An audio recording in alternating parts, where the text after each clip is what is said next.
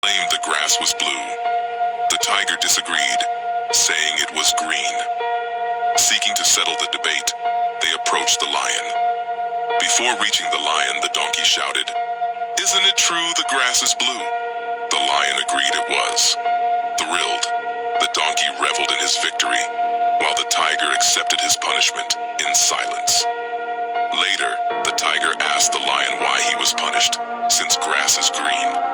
The lion said the punishment was not about the grass's color, but because the tiger had wasted time on a foolish debate instead of more important matters. Arguing with a fool who cares not for truth, but only the victory of his beliefs, is the worst waste of time.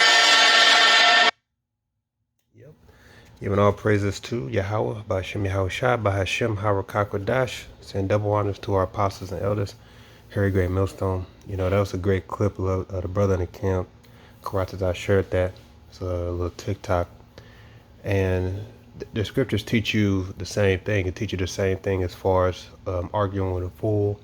And there's a lot to learn from the scriptures, a lot that could be said just from that video alone.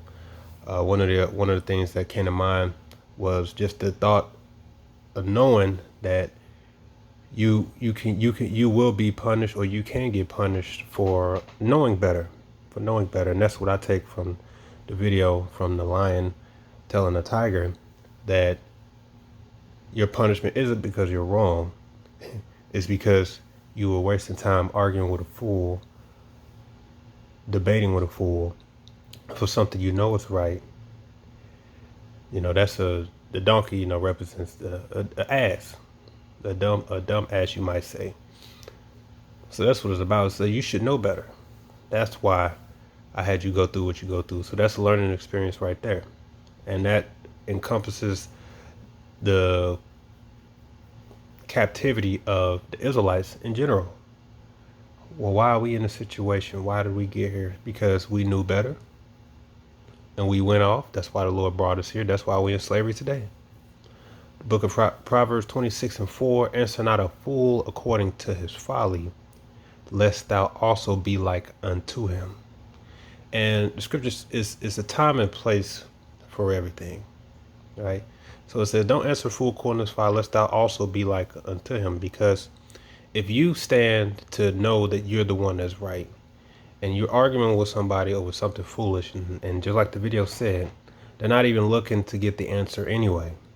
The people around you are going to, even though they know you're right, they're going to say that they're going to look at you like you're the fool because you're supposed to know better, and you sitting over there debating with the fool about it.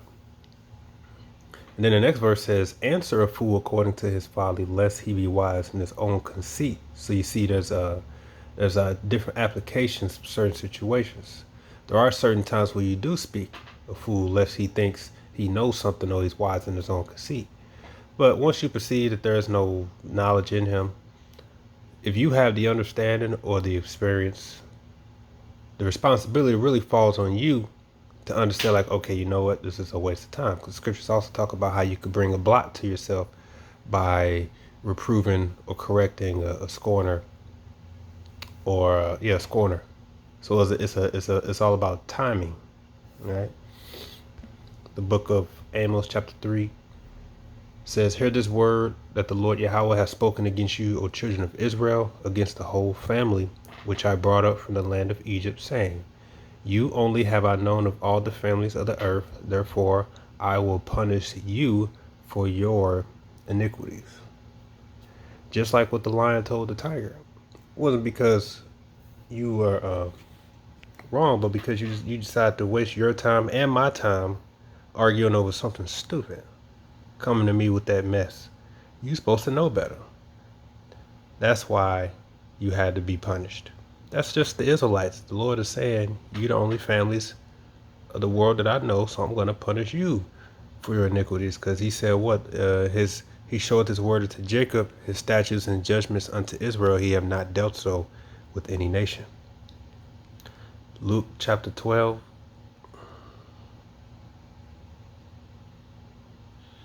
Verse 46, the Lord of that servant will come in a day when he looketh not for him, and at an hour when he is not aware, and will cut him asunder, and appoint him his portion with the unbelievers. And that servant which knew his Lord's will, and prepared not himself, neither did according to his will, shall be beaten with many stripes. But he that knew not, and did commit things worthy of stripes, shall be beaten with few stripes. For unto whomsoever much is given, of him shall be required. And to whom men have committed much, of him they will ask the more. Right? So the servant who knew the will, who knew better, we're going to be beaten with many stripes. Why? Because he knew better. Versus the one who didn't believe, he's still going to get a judgment, but you're going to get it the worst because you're supposed to know better. So yes, you could be punished for knowing, for supposed to know better. That's part of being, that's the Israelite in general. And it's a walk. It's a walk. It's a skill. The tiger actually did the right thing by accepting his punishment in silence. So that's him actually growing. And it's a learning process. That's actually a skill. You see, taking a low, that's a skill in itself. So just, Israel as a whole, the reason we're in captivity, well, the heathen doing it, why the Lord allowed the heathen do it? And we get punished for it when we do it because we knew better. We know better. We know them gods ain't real. We know that food is unclean. We know that this is uncleanliness that we're involved in. We know this ain't right. This ain't right.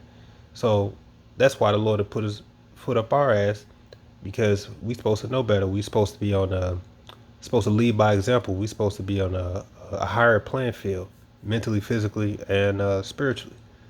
So when we lower ourselves to strive with the fool, or when you lower yourself to be involved in such affairs that you shouldn't be involved in, yeah, it's gonna get on you worse, right? Because your eyes are open to the fact.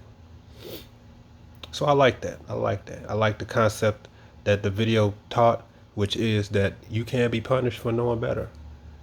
So that's the message, so make sure you apply what's written to the best of your ability. All right. And be able to receive correction. And that's how you grow. That's the message.